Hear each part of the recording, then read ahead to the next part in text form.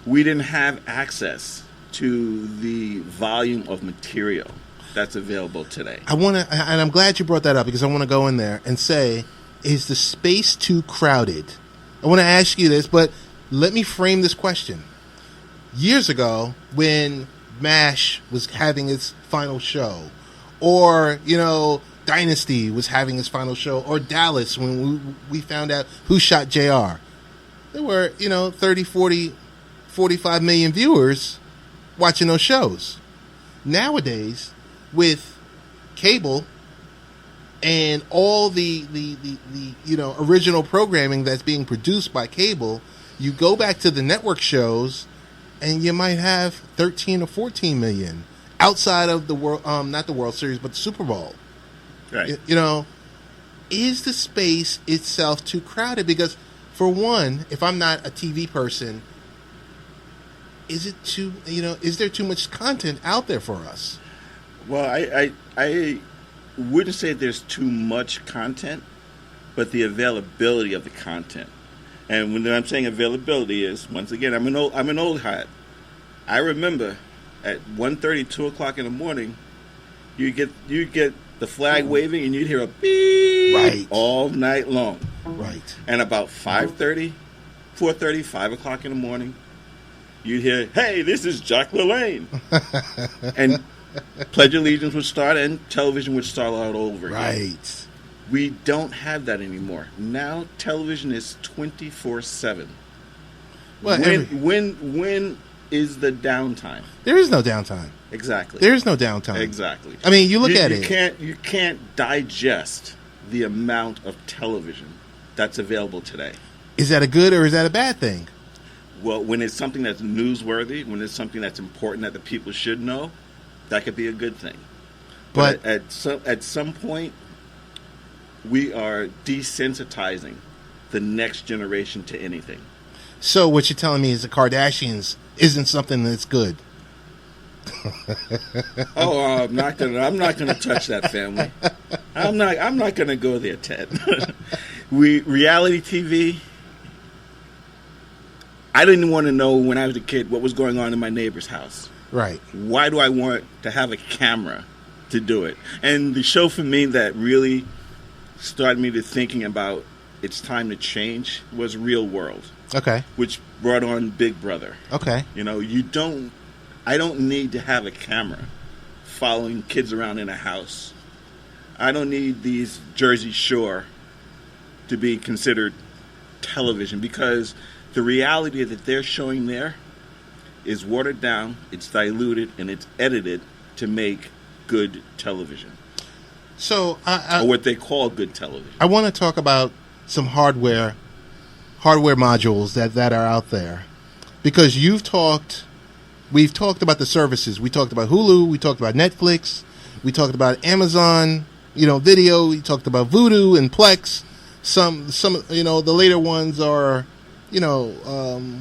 lesser known. But let's talk about the hardware models. You got the Roku and you got the Chromecast. But the gorilla in the room, let's talk about it, is the Apple TV. We see it every quarter, or we see it every year in regards to Apple TV. Them producing new content, them looking at music. Not looking at music, creating, purchasing Beats by Dre, and generating creating the Beats One radio and Apple Music. There's even some talk about them nowadays buying Tidal. So what I want to talk about in that space, your thoughts on Apple TV and what they're doing today with that user experience. Well, Apple TV is a great, great, great device. Nothing against the same guy that makes the cell phone that many of us have in our pocket. Right. Except that it is another avenue that they are going to generate revenue. Okay.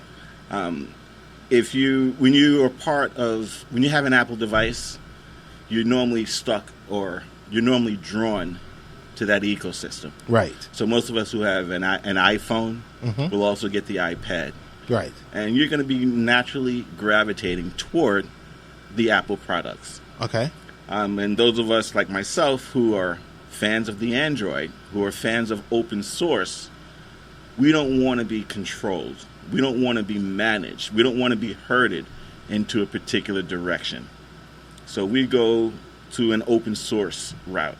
Okay. And there are many Android devices, the Fire Stick being another one that, an Amazon product, which is the software behind it. Okay. It is more open source. It's more friendlier to a programmer or to a developer who can go in and modify the capabilities of the device itself.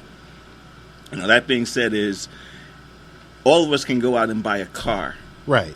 But not many of us can go out, buy a car, raise the hood, tweak it out a bit, and get better performance. With the Android devices, that's what we're doing. We're actually modifying the device slightly with software to increase the performance. And there are a lot of open source applications or open source programs that you can put on these small devices to enhance their capabilities. So I want to stop you really quick, because when you say open source, where's the support? The open source is primarily supported by a community. Okay. So you'll get like-minded individuals that decided they want to help to modify or want to help to upgrade a particular type of product. If it wasn't for open source, Google phones or Google devices wouldn't be where they are today. And the fact that Google was one of the first companies that decides to stand up and say, you know what, we want to make a device, being a cell phone, but we don't have all of the programmers and all of the developers that can do it.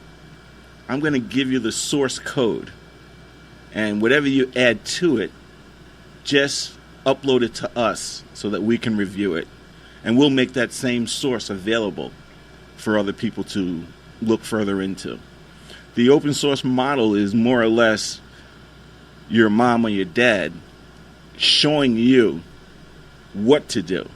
Okay. And then you taking that experience from them and applying it to your own life, to your kids, or to the next generation. So as a follow-up question, with open source, with Android, is there a legal aspect that we should be concerned about? Because if we're modifying, if we're enhancing that experience, is there anything that we should be concerned about?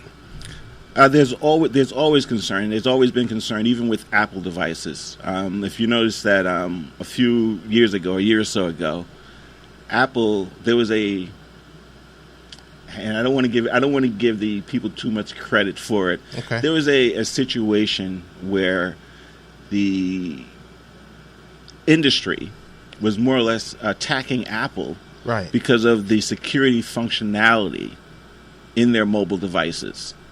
They basically, feds or the federal government basically wanted Apple to unlock or open up a device, right, to make information on the device available. Right. And Apple, for a while, refused to do it. But you know what the government's answer to that was? Let's put out $1 million bounty on the for the first person that can actually, in a proven concept, unlock or open up a device. So the government went, once again, to the people, not directly to Apple, but to the people, and said, we're going to pay you if you're able to open up this device for us. So the community effort went into that. Tell me where you think OTT or streaming streaming media, cord cutting is going to be in the next 18 to 36 months. It's going to, actually, I personally feel it's going to double, if not triple, in the number of people that are going more toward this particular route. And I say that's going to happen only because we are, once again, a mobile society. We don't want to be tied down to the 9 to 5. We don't want to be tied down to the 9 to 5 of being having to be home at a particular time to watch a show. So we are using Hulu, we are using Netflix, we are using Amazon. We are selecting our audio and our entertainment on our own times and on our own terms. And it is just going to explode with we have more and more of the big timers falling into the fold. Like, once again, everybody has an app. I mean, even you're a Verizon subscriber and you have a tablet. Yes. Call Verizon up and say, how do I watch the same shows that I'm watching at home when I'm out in the backyard? Gotcha. Without the cable box, without the hardware. Oh, they'll download the app, plug in your ID, plug in your password, and the same shows that you have available in the house, you can now have at the backyard barbecue. They're on the go. They're on the go. Michael, I want to thank you so much for coming in today and joining us and being that expert, being that guru that we expected you to be. I think you outdid yourself. No, Ted, it's always my pleasure to come in and talk to you. You know that. Hey, so before we close out, what's the best ways for any of our listeners, 1240 WGBB, if they want to get in contact with you, if they want to ask you a question about cutting the cord, streaming TV, all the above, broadband related questions, how should they get in contact with you? Well, I'm gonna tell you, but I can't have you spread this around to too many people. Okay. Hit me up personally on my email, BlancoMichael0 Blanco, BLANCO, MICHAEL, the number 0 @gmail.com. I try to respond as quickly as possible and get as much information out as I can. And if necessary, I'll provide some links to individuals that would require additional support. Gotcha. Hey, before we close out, this Wednesday coming up on the podcast, we have Miss Diane Reeves. She's the author of Standing Strong. Really thankful for her to be coming on. She has a story that's going to impact your life.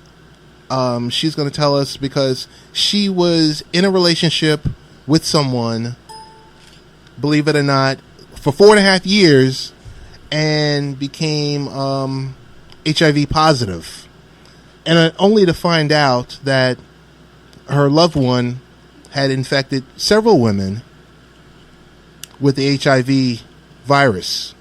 So she's going to join us on this Wednesday on the podcast, one-on-one. We're going to talk about her story. I have her book. I've received the book today. Want to thank you guys as always. Want to thank Brian, engineer extraordinaire, our featured guest for today, Michael Blanco. Thank you as always.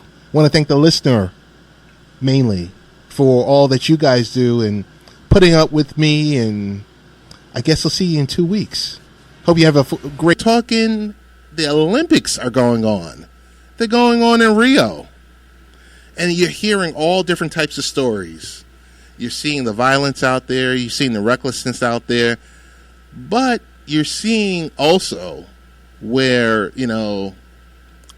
Zika has been, there's been so many reports, tens of hundreds of reports of Zika out in Rio. So we couldn't start off a show without our Ask Dr. Michelle segment. Dr. Michelle, how you doing?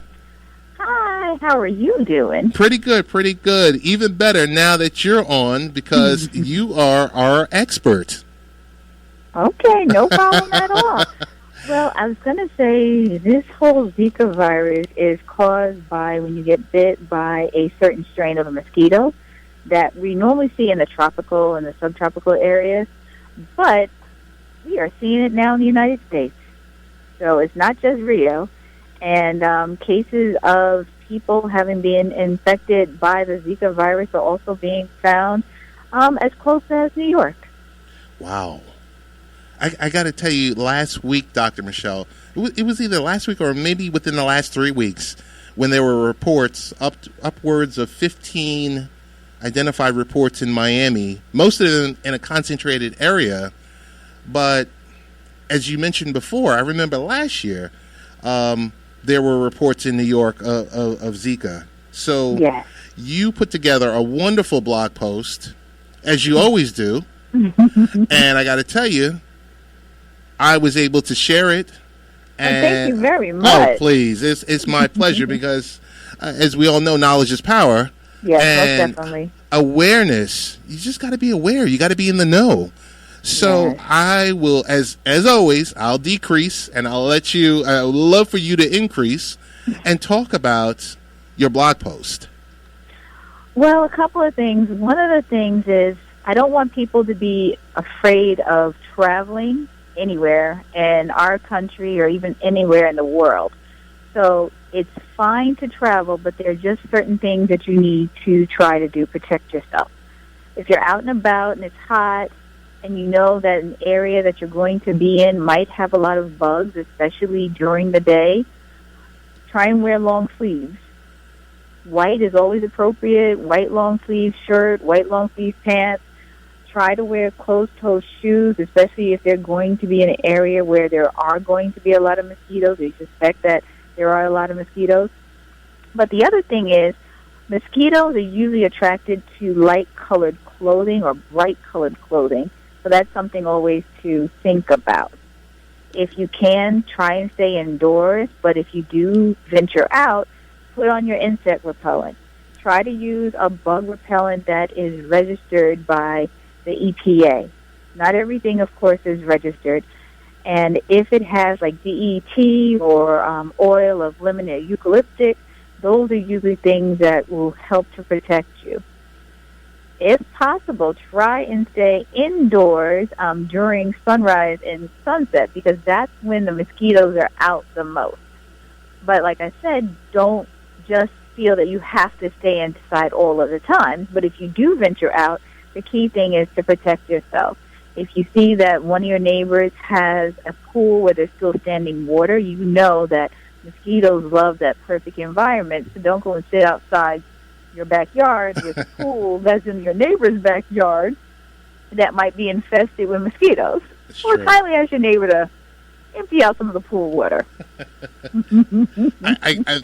I've got to stop you for a second, Dr. Michelle, because I'm going to tell you, I had a moment after seeing your post. Yes. So, I'm in my house. My 14-year-old daughter decides to clean out her garbage can in her room. And there's, of course, you know, she leaves maybe about 3 inches of water sitting in the garbage can. So I looked, and like I said, I saw your post, and I said, okay, I'm already skeeved out. You know, what can I do? And I'm looking around the house, saying, okay, because I took a step out and went around my house, like the surrounding area of my house, to look for like old buckets or whatever that had, you know, X amount of water, you know, dumping all of that stuff. But she had it, believe it or not, in her room. And I said to her, I said, Nyla, what's going on with this? And she said, oh, Dad, I just washed out the garbage can. You know, I was cleaning out the bathroom and everything. I said, okay. And I said, you got to dump this. I think it was the next day, and then the day after that. And then, of course, we all go into parent mode. Yeah. Parent mode, and you know how the pitch in your voice raises, and you just start getting a little craze. And so, as usual, I might not have been Dad of the Year that day because I did yell. And I said, dump this water. I didn't say Zika. I just said mosquitoes. I said, you don't want this. You do not want this. And I said, with the weather being, you know, 90 plus degrees, you know, every other day, I said, please stop. So I want to thank you for, no problem. You know, elevating my pressure. Here I was thinking, I was like, oh my gosh, she got bit by mosquitoes.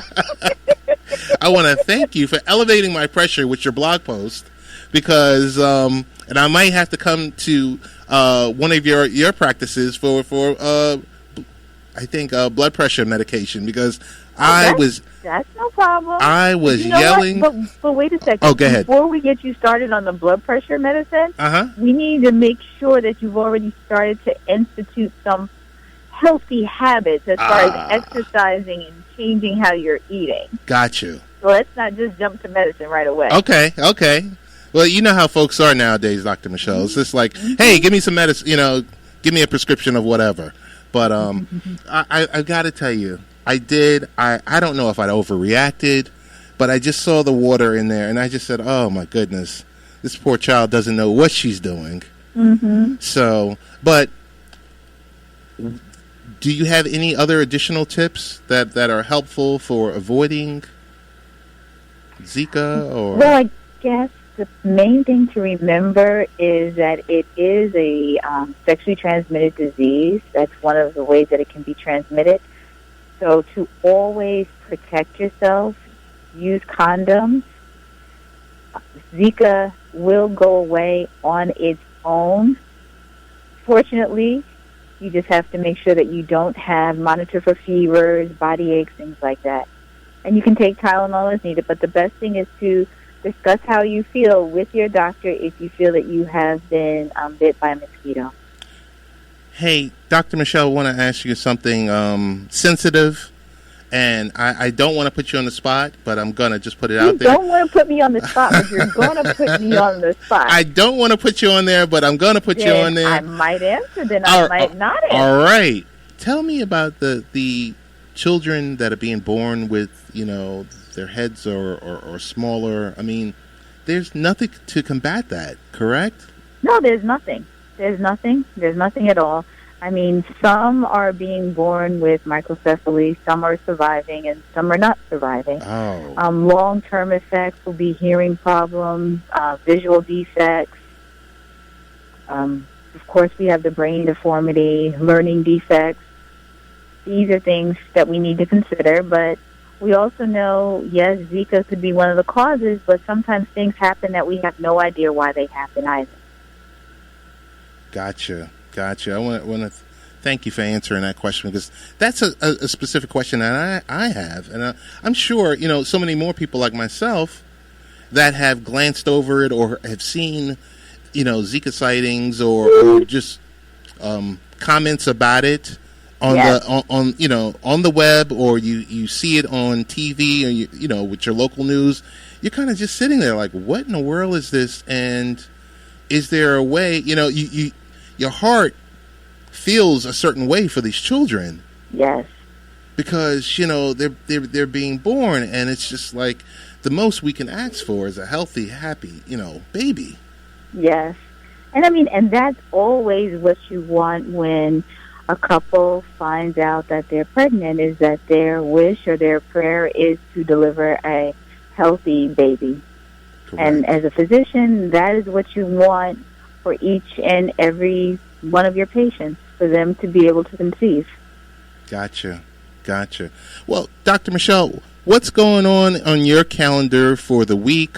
Who are you going out empowering? Because, you do a lot of great things, and, you kind of don't like to mention it, but I'll see a post or two on Facebook. Well, last Sunday, I spoke at Princeton for the At the Well program. They had over 60 young females from throughout the country. A couple of weeks before that, I was over at Swarthmore for the same organization. I think tomorrow, probably just lay low, have a 7-mile run to do in preparation for the Chicago Marathon. I think that'll probably be one of the top priorities. I can't just fall back and not train. I have to keep training even when I don't feel like it. Gotcha. Hey, before you go, I want to ask you, are your sons into Pokemon Go? Do you guys allow that? No, not at all. No, they are not. I know different individuals that are into it. Matter of fact, one told me that they were in the city last night, so about 4:30 in the morning, looking for Pokemon or whatever they were looking for. And they were saying crowds of people were going down Fifth Avenue headed to Central Park looking for whatever they were looking for. Oh, my goodness. Oh, my goodness. All right. So But you know what? The good thing is, at least they're outside moving as opposed to being inside stationary using their phones. That's true. That's true. So if that's what gets them moving and getting a little exercise in, so be it. But they also need to get their sleep at the same time. That is so true. That is so true. I guess with that, tell us about best ways to get in contact with you. I mean, hey, we know we can hear from Ask Dr. Michelle on Saturdays, usually around 4:35 on Late Night Parents. But if it's not a Saturday and if it's 5:35, what should our listeners do?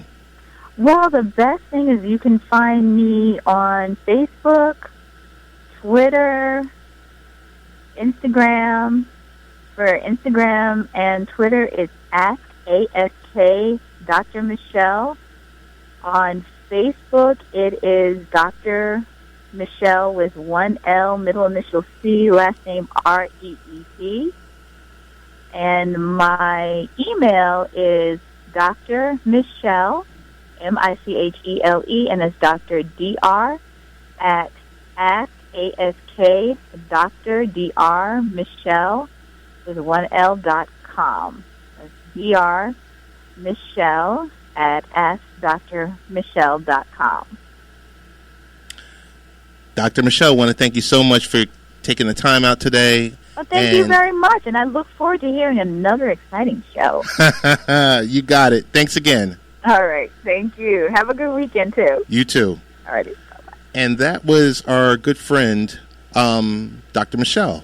And she'll have a segment on every Late Night Parents on 1240